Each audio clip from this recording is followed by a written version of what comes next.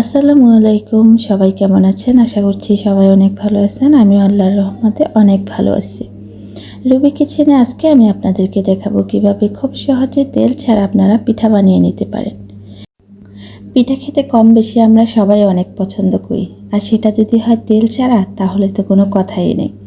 অনেকে আছে যে পিঠা অনেক পছন্দ করেন কিন্তু তেলে ভাজা পোড়া বলে খেতে চান না। তাই আমি আপনাদের জন্য আজকে এই সহজ রেসিপি নিয়ে হাজির হলাম। আশা করছি আমার রেসিপিটি আপনাদের অনেক কাজে আসবে। কিভাবে খুব সহজে তেল ছাড়া আপনারা এত ভালো মজার পিঠা বানিয়ে নিতে পারেন, আজকে আমি আপনাদেরকে সেটাই দেখাবো। প্রথমে আমি যেটা করব, আমি চুলায় একটা প্যান বসিয়ে দিলাম। এখানে আমি হাফ কাপের মতো তিল নিয়ে নিলাম।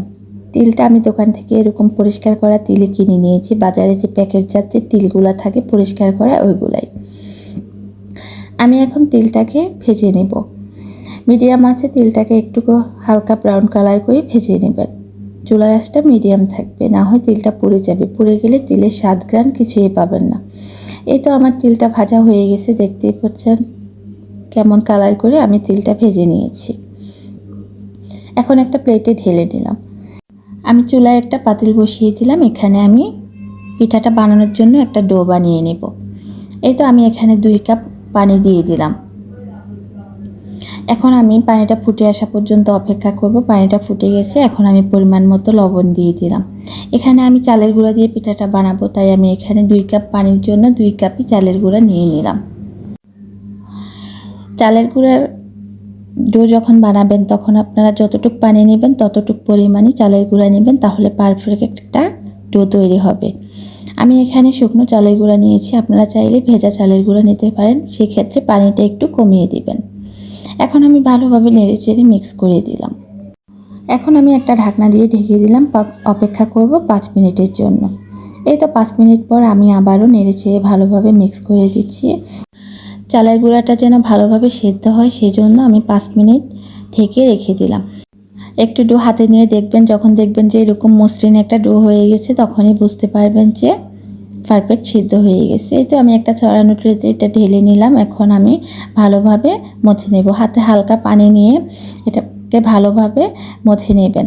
একটা মসৃণ ডো তৈরি করে নেবেন, তাহলে পিঠাটা অনেক পারফেক্ট হবে। আর চালের গুঁড়ার ডো যখন বানাবেন তখন এটা যেন সিদ্ধ হয় ভালোভাবে, সেদিকে লক্ষ্য রাখবেন। এই তো আমি এখন একটা থেকে লিচি কেটে নিচ্ছি, একটু বড় বড় করে কেটে নিচ্ছি, কারণ একটা দিয়ে যেন 3-4টা পিঠা আপনি বানাতে পারেন সেই অনুযায়ী করে নেবেন। আপনারা ছোট বড় করে নিতে পারেন, এতে কোনো সমস্যা নেই। এই তো আমার সবগুলা করা হয়ে গেছে। আমি একে একে সবগুলাকে বলের মতো করে নিলাম। এখন পিঠা বানিয়ে নেওয়ার পালা। আমি একটা রুটির মতো করে বেলে নেব। আমরা যেরকম নর্মাল রুটি খাই ওইরকম না, ওইরকম থেকে একটু মোটা টাইপের একটা রুটি বেলে নেব। আপনারা দেখে বুঝে নেবেন যে আমি কীরকম করে রুটিটা বেলে নিয়েছি। আমাদের নর্মাল রুটি থেকে একটু মোটা টাইপের একটা রুটি বেলে নিলাম। এই তো আমি যে তিলগুলা ভেজে রেখেছিলাম এগুলাকে আমি হালকা ব্লেন্ড করে নিয়েছি। বেশি মিহি করবেন না, তাহলে খেতে ভালো লাগবে না। দেখে বুঝতে পেরেছেন যে আমি কীরকম করে নিয়েছি। এখানে আমি নিয়ে নিয়েছি একটা নারকেল কোড়া। আমি এখানে একটা নারকেল কুড়িয়ে নিয়েছি, আর নিয়ে নিয়েছি চিনি। এখন আমি যেটা করব, তো এক সাইড থেকে একটু নারকেল কোড়া নিয়ে নিলাম, তার সাথে দিয়ে দিব 1 চামচের মতো তিল। এই তো ব্লেন্ড করা তিল থেকে আমি 1 চামচের মতো তিল নিয়ে নিলাম। এখন আমি দিয়ে দিব পরিমাণ মতো চিনি। মিষ্টিটা আপনারা যে যেমন খেতে চান ওই রকম অনুযায়ী দিয়ে নেবেন, বাড়িয়ে কমিয়ে নিতে পারেন, কোনো সমস্যা নেই। সব নারকেলের সাথে সবগুলা চিনি তিল একসাথে মিক্স করা যাবে না, তাহলে পানি ছেড়ে দিবে। পিঠাগুলা বানাতে বানাতে পানি ছেড়ে দিবে, তাহলে আর পিঠাগুলা বানাতে ভালো হবে না, আর খেতেও ভালো লাগবে না। এই তো এখন আমি তিল নারকেল চিনি মিক্স করা যেইটুকু মিক্স করেছিলাম ওইখান থেকে 1 চামচের মতো আমি এখানে দিয়ে দিলাম। দিয়ে আমি একটা পিঠার শেপ দিয়ে নিলাম। আপনারা দেখে বুঝে নেবেন যে আমি পিঠাটা কিভাবে বানিয়ে নিচ্ছি। হাতে একটু চালের গুঁড়া লাগিয়ে ভালোভাবে চেপে চেপে আটকে দিবেন, তাহলে আর পিঠাটা যখন ভাজবেন তখন খুলে আসবে না। এই তো আমি এখানে একটা প্লাস্টিকের পাত নিয়ে নিয়েছি, পাতলা চিকন, ওইটা দিয়ে আমি এখন পিঠাটা কেটে নিলাম। আপনারা চাইলে এই কাজটা কুকি কাটার দিয়ে করে নিতে পারেন। আবার কারো বাসায় যদি কুকি কাটার না থাকে তাহলে আপনারা সুই অথবা টুথপিক দিয়েও এই কাজটা করে নিতে পারেন, তাতেও কোনো প্রবলেম হবে না। এই তো আমি আরেকটা পিঠা বানিয়ে নিচ্ছি। আপনারা দেখে একটু বুঝে নেবেন যে আমি কিভাবে পিঠাগুলা শেপ দিয়ে নিচ্ছি। ভালোভাবে আটকে দিবেন, হাতে একটু চালের গুঁড়া লাগিয়ে ভালোভাবে চেপে চেপে আটকে দিবেন, তাহলেই পিঠাগুলো আর খুলে আসবে না। এই তো আমার একে একে সবগুলা পিঠা বানানো হয়ে গেছে। দেখেই বুঝতে পেরেছেন যে কতটা সুন্দর হয়েছে। একটু সময় নিয়ে একটু ধৈর্য নিয়ে পিঠাগুলা বানাবেন, তাহলে অনেক ভালো হবে। এই তো আমি চুলায় একটা প্যান বসিয়ে দিলাম। এখন আমি একে একে পিঠাগুলা দিয়ে নিলাম। চুলার আঁচটা একেবারে মিডিয়াম থাকবে। যখন প্যানটা গরম হয়ে আসবে তখন চুলার আঁচটা মিডিয়াম করে পিঠাগুলা দিয়ে নেবেন।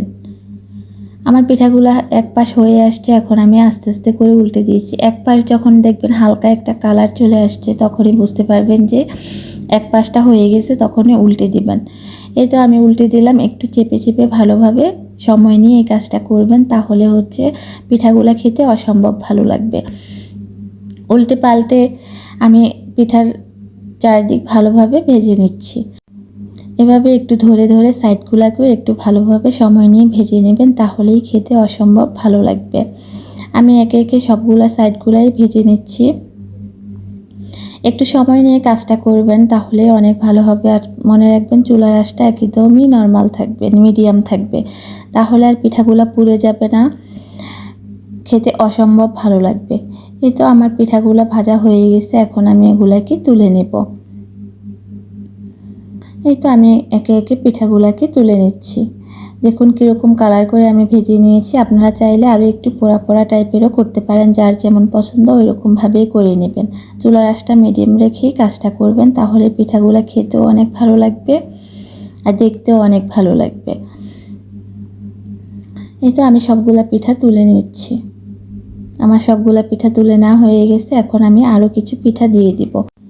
আমি একটা টিস্যু দিয়ে প্যানটাকে ভালোভাবে মুছে দিচ্ছি। যখন পিঠাগুলা প্যানের মধ্যে দিবেন তখন পিঠার মধ্যে যেন কোনো চালের গুঁড়া না থাকে সেদিকে খেয়াল রাখবেন। যদি চালের গুঁড়া থাকে, পিঠার মধ্যে লেগে থাকে, তাহলে একটা টিস্যু দিয়ে মুছে নেবেন। এই তো একে একে আমার সবগুলা পিঠেই ভাজা হয়ে গেছে। দেখেই বুঝতে পেরেছেন যে কতটা সুন্দর হয়েছে। দেখতে যেমন সুন্দর, খেতেও আলহামদুলিল্লাহ অনেক মজা হয়েছিল। যারা পিঠা খেতে অনেক ভালোবাসেন কিন্তু তেলে ভাজা পোড়া ভয়ে খেতে চান না, তাদের জন্য আমার রেসিপিটা ইনশাআল্লাহ অনেক কাজে আসবে। খেতে অসম্ভব মজার হবে এই পিঠাটা। সবাই অনায়াসে এই পিঠা খেতে পারবেন, কোনো সমস্যা নেই। আমি এখানে নারকেলটা কাঁচা ইউজ করেছি পিঠাটার মধ্যে। নারকেল, তিল, চিনি আমি একটু একটু করে মিক্স করে দিয়েছি। নারকেলটা কাঁচা ছিল, জাল দেওয়া না। আপনারা চাইলে তিল, নারকেল, চিনি একসাথে করে জাল দিয়ে নিতে পারেন, এতেও কোনো সমস্যা নেই, স্বাদের কোনো বিকল্প হবে না। আমি কাঁচা দিয়েছি, আপনারা চাইলে জাল করে নিতে পারেন। আমি একটা পিঠা ভেঙে আপনাদেরকে দেখিয়ে দিচ্ছি যে ভেতরটা কতটা রসালো হয়েছে। দেখিয়ে বুঝতে পেরেছেন যে পিঠাটা খেতে কতটা মজার হয়েছিল। একদম রসে ভরা পিঠার ভিতরটা, নারকেল, চিনি, তিল একসাথে মিক্স হয়ে পিঠাটা খেতে অসম্ভব মজার হয়েছিল। রেসিপিটি একবার হলেও ট্রাই করার চেষ্টা করবেন, আশা করছি আপনাদের কাছেও অনেক ভালো লাগবে। আমি এখানে নারকেল চিনির সাথে তিলটা দিয়েছি একটা এক্সট্রা গ্রান আসার জন্য, ভালো একটা গ্রান আসে তিলের, এই জন্য আমি এটা দিয়েছি। আপনারা যদি কেউ তিলটা খেতে না চান তাহলে এটা অ্যাভয়েড করতে পারেন, কোনো সমস্যা নেই। শুধু নারকেল চিনি দিয়েও আপনারা এই সেম পিঠা বানিয়ে নিতে পারেন, এতে স্বাদের কোনো বিকল্প হবে না। শুধু নারকেল চিনি দিয়ে বানালেও পিঠাটা খেতে অসম্ভব মজার হয়।